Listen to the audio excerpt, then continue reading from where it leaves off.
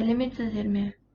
4-ші сынып білім алушыларына арналған әдебиеттік оқу пәні бойынша ғажайыптар еліне саяхат тақырыбындағы сабағымызды бастаймыз.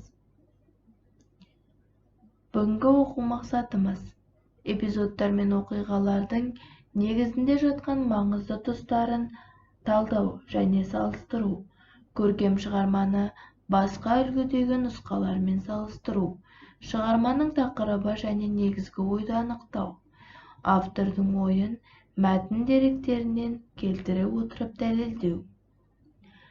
Ендеше балалар, мына суреттерге назар аударыңдар. Бұл заттардың қиял ғажайып ертегі кейіпкерлерімен қандай байланысы бар? Бұл заттарды қай фантазиялық қиял ғажайып ертегілерде кездестірдің?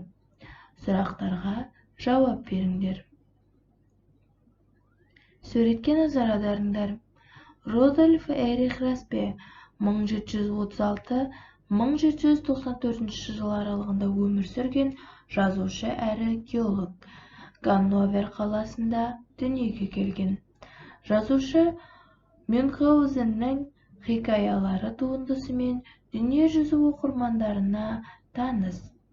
Ендеше Рудольф Эрих Распенің айға алғашқы сапар фантазиялық туындысымен таныс болыңдар. Түсініп оқыңдар.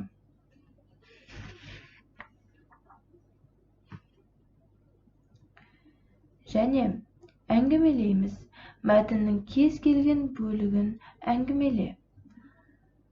Оқиғаның басталуы, оқиғаның дамуы, оқиғаның шиеленісуі, оқиғаның шарықтау шегі, немесе оқиғаның аяқталуы.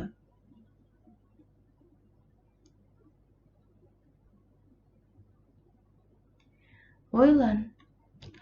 Оқиғаның ең күрделі сәттері қай бөлігінде? Оқиғаның ең қорқынышты сәттері қай бөлігінде? Жауап бер. Және талдау жаса. Қиын жағдайға тап болған кейіпкерден өзіңе қандай үлгі алдың? Жазушыға қандай сұрақ қояр едіңдер? Және қорытындылаңдар. Жазушының шығармасынан саған не ұнады? Қиялы, кейіпкері, немесе тілі, немесе оқиғасы.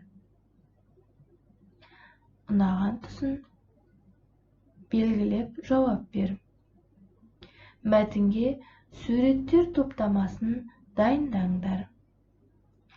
Ендеше осы тапсырмалар бойынша кері байланыс жасаймыз. Осымен бүгінгі сабағымыз аяқталды. Сау болыңыздар.